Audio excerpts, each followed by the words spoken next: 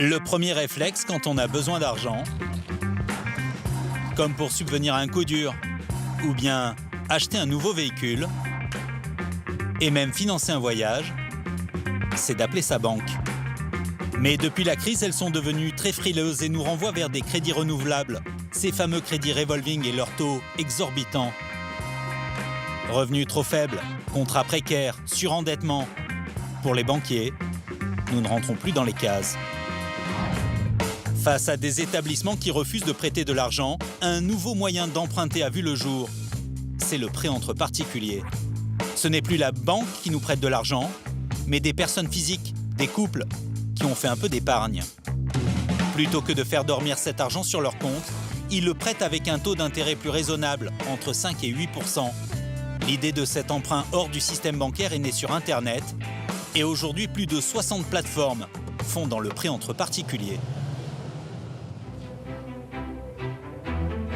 C'est en se passant de son banquier qu'Edith, 65 ans, a pu financer ses travaux. Depuis qu'elle est à la retraite, Edith mène une vie tranquille dans sa petite maison en Champagne-Ardenne. Jardinage, cueillette, elle profite pleinement de son jardin. Mais il y a quelques mois, elle a voulu donner un coup de neuf. Elle avait le même décor depuis 32 ans. Alors elle a décidé de tout rénover. Vous voyez, en ce moment, je suis en travaux, il y en a un peu partout. Donc, je suis en train de couper la haie. Mais j'ai terminé les travaux que j'ai faits à l'intérieur de la maison, grâce au prêt qu'on m'a octroyé. Je vais vous les montrer si vous voulez. Vous me suivez? C'est un prêt un peu particulier qu'a obtenu Edith pour refaire toute sa déco. Voilà la chambre. Pour réaliser ses travaux, elle avait besoin de 3 000 €. Mais ce n'est pas une banque qui lui a prêté cette somme. On a refait le sol. Le sol, c'était de la moquette qui était vieillotte, et donc je l'ai enlevé. J'ai acheté les papiers peints, les peintures, et il a fallu creuser dans le mur, mettre de la lumière. Donc tout ça, ça a besoin d'un petit peu d'argent. Ma banque, comme beaucoup de banques, ne voulait pas me prêter d'argent parce que je suis retraitée avec une toute petite retraite. Et c'était pas sécurisant pour eux, donc c'était refusé partout. Edith vit seule, elle gagne 900 € par mois. La seule proposition qu'on lui fait, c'est un crédit renouvelable, à un taux ahurissant, 20%. Edith refuse et elle trouve la solution grâce à une pub qui suscite sa curiosité, empruntée à d'autres particuliers, à des anonymes, à travers un site internet. J'étais curieuse parce que je ne connaissais pas ce principe de particulier à particulier. Edith fait une simulation de prêt comme celle-ci. Elle demande 3 000 € à rembourser sur 5 ans. Malgré sa petite retraite, elle obtient une réponse positive. C'est donc un particulier qui avait un peu d'épargne qui lui a prêté cet argent. En échange, il touchera les 3 000 €, plus les intérêts, environ 300 €. Moi, l'important pour moi, c'était de payer moins cher, bien entendu. Et donc, ce caractère entre particulier et particulier, on a l'impression de ne pas faire une famille, mais enfin, c'est solidaire. C'est donc grâce à l'argent de personnes qu'elle ne connaît pas qu'Edith a pu refaire sa chambre et son jardin. Le prêt entre particuliers a débarqué en France il y a 4 ans. Emprunter loin des systèmes bancaires classiques est aujourd'hui possible grâce à l'idée d'un roi de la finance. Il s'appelle Charles Egli. Il a 36 ans. Le marché du crédit, c'est son terrain de jeu. Il y a 3 ans, il s'est lancé dans une aventure en créant Prêt d'Union, le site internet de référence du prêt entre particuliers. Pourtant, au départ, Charles était plutôt destiné à une grande carrière dans les banques. Qu'est-ce que ça vous évoque? C'était mon premier job. J'ai fait 7 ans en banque. J'en fais plus et c'est pas plus mal. Disons plutôt que Charles est un autre genre de banquier. À l'origine de son concept, un besoin personnel. Il y a plusieurs années, j'ai fait un crédit pour payer mes impôts. Je me suis retrouvé avec un revolving à 14%. Donc là, je commençais un peu à réfléchir et à me rendre compte qu'il y avait potentiellement d'autres manières d'emprunter, prêter de l'argent. Charles Egli n'a rien inventé. Le système vient des États-Unis et là-bas, le succès est immense. Le principe est simple. Des particuliers investissent leur épargne et le site redistribue l'argent en le prêtant à d'autres. Pour lancer sa petite société de crédit, Charles Egli a d'abord placé ses propres deniers. Depuis, la petite entreprise n'arrête pas de s'étendre. Alors là, on arrive dans l'open space de Prêt d'Union. Donc là, vous avez le département finance compta.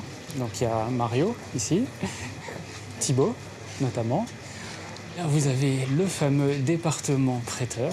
Voilà, donc Benjamin, Julien, Frédéric. Donc c'est eux qui sont en contact quotidien avec tous les investisseurs prêteurs et qui collectent de l'argent pour justement pouvoir ensuite octroyer des crédits. Déjà 90 employés, moyenne d'âge, 28 ans. Ici, tout est fait pour se démarquer de l'image des banques. Exit les cols blancs, tenue des contracts exigés, ambiance détendue et gadgets colorés. Pourtant, il y a quand même tous les codes des salles de marché. Alors ça, c'est le gong, c'est pour fêter les volumes records du mois. Donc à la fin de chaque mois, on tape dans le gong. Ah ouais? Je te montre. Ouais.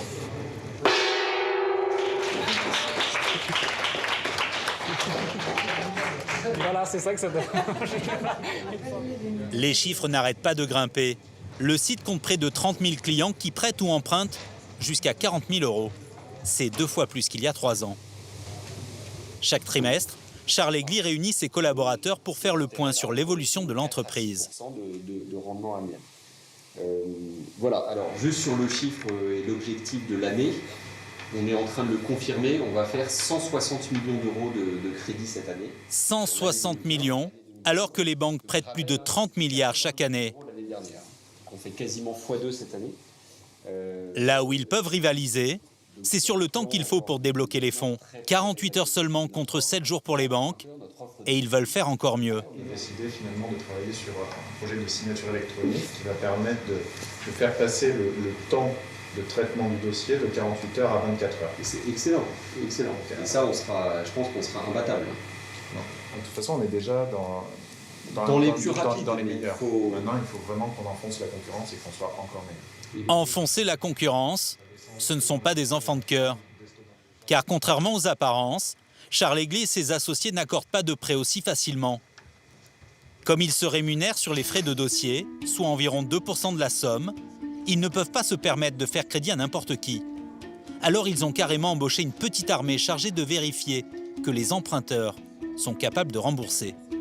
Parmi eux, Malika. Alors, elle nous a demandé un prêt de 18 000 € sur 60 mois. Donc c'est un projet véhicule. Ce client, par exemple, veut acheter une nouvelle voiture. Mais avant de lui accorder son prêt, Malika va éplucher toute sa vie. On va analyser les justificatifs de domicile, les bulletins de salaire. Donc je vais regarder son revenu, je vais regarder par la suite, en fonction de son revenu, ce qu'il a déclaré lui au niveau des impôts. Donc si c'est bien cohérent. Comme dans une banque traditionnelle, rien n'est laissé au hasard. Aucune pitié pour les demandeurs de prêts. Souvenez-vous d'Edith. Elle avait réussi le test d'entrée et avait obtenu 3 000 €. Pour comparer, nous avons réalisé la même demande. Nous indiquons être en contrat à durée déterminée. Nous inscrivons le salaire moyen des Français, 1 500 €. Quelques secondes plus tard, la réponse tombe. Malheureusement, les informations saisies ne nous permettent pas de vous donner un accord de principe. Pour notre journaliste, pas de prêt possible. C'est la limite de ce système pas si solidaire qu'il en a l'air. Charles Egli nous confie ne pas pouvoir faire autrement. Aujourd'hui, nous ne finançons pas encore les CDD. Parce que les CDD, c'est typiquement des revenus sur 6 mois ou 12 mois. Et les crédits qu'on propose commencent à partir de 2 ans. Donc nous, on doit quand même garantir, en quelque sorte, le remboursement du crédit. Parce que l'argent qui est prêté, ce n'est pas le nôtre, c'est celui de nos investisseurs prêteurs. Les chiffres parlent d'eux-mêmes. Prêt d'Union recale en moyenne 70% des demandes. Finalement, c'est un peu comme dans une banque. Devant le nombre de particuliers à la recherche d'un prêt à tout prix, les arnaques se multiplient sur Internet. Face au refus de Prêt d'Union, nous cherchons un autre moyen d'emprunter de l'argent. Après quelques annonces sur des forums, notre messagerie créée pour l'occasion est très vite inondée d'offres de généreux prêteurs. Notre journaliste répond au hasard à l'un d'entre eux. Quelques minutes plus tard, un certain Franklin lui envoie ce qui serait sa carte d'identité.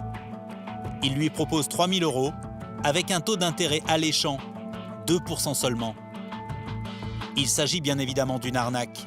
Le message est écrit dans un très mauvais français.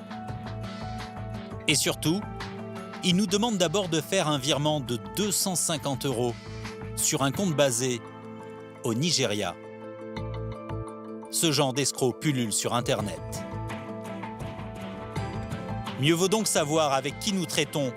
Pour cela, de nombreux particuliers ont choisi un autre système.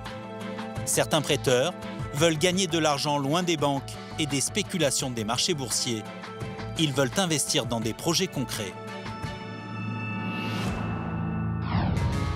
Face à ce phénomène, de nombreux sites internet se sont spécialisés dans le crowdfunding, l'économie participative. Ici, il n'est pas question de la taille du porte-monnaie. Les particuliers viennent parier sur l'avenir en misant sur de jeunes entreprises.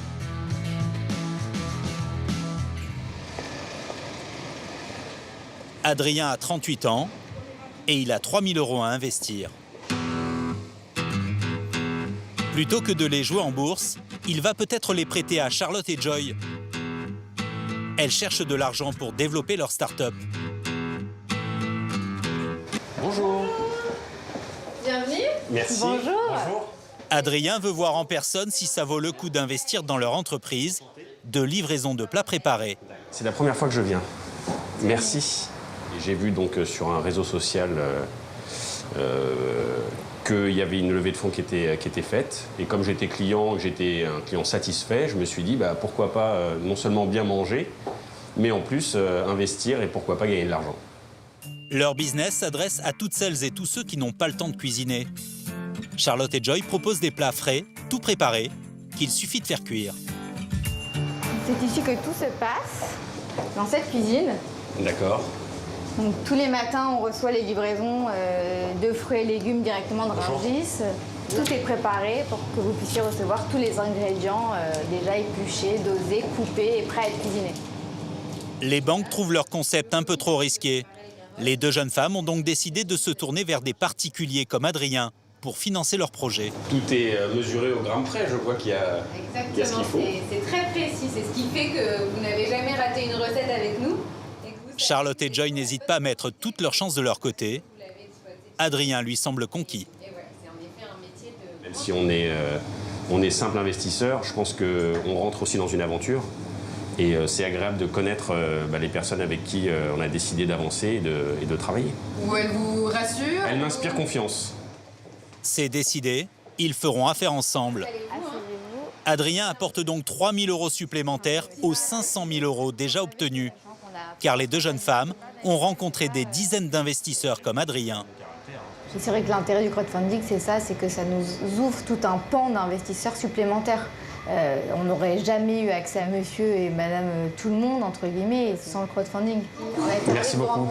À bientôt. Merci beaucoup d'être venu jusqu'à Merci. nous. Adrien fait désormais partie de la société et il espère bien la voir se développer.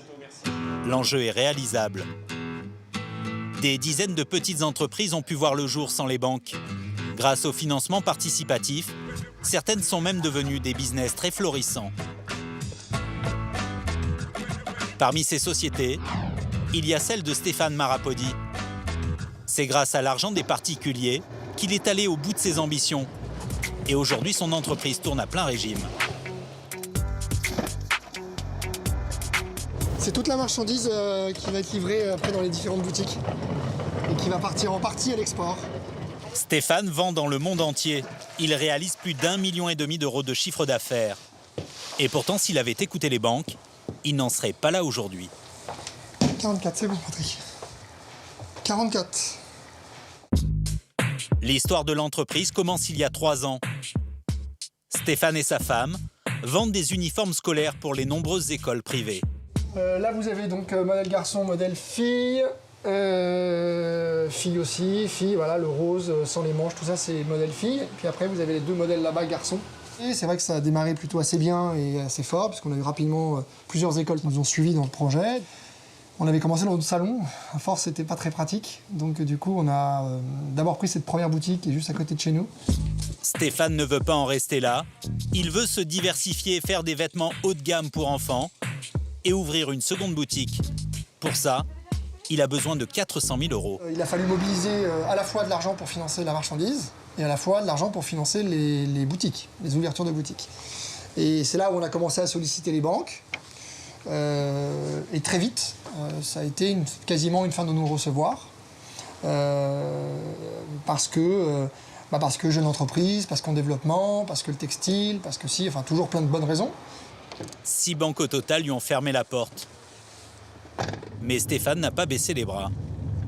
Et aujourd'hui, grâce à sa ténacité, il tient enfin sa deuxième boutique.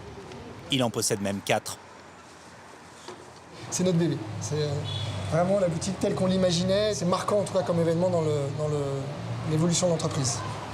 Pour trouver les fonds dont il avait besoin, Stéphane a lancé une grande campagne de financement participatif sur Internet. 25 personnes ont cru en son projet. Et 2 mois plus tard, il obtenait 700 000 €. Ce sont essentiellement nos actionnaires privés qui ont investi dans l'entreprise. C'est aujourd'hui 25 personnes privées et qui nous ont permis d'en arriver là où on en est aujourd'hui. C'est grâce à eux.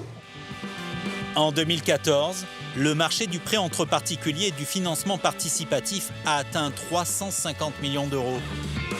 Ce chiffre devrait encore doubler l'année prochaine et permettre de concrétiser le rêve de milliers de Français.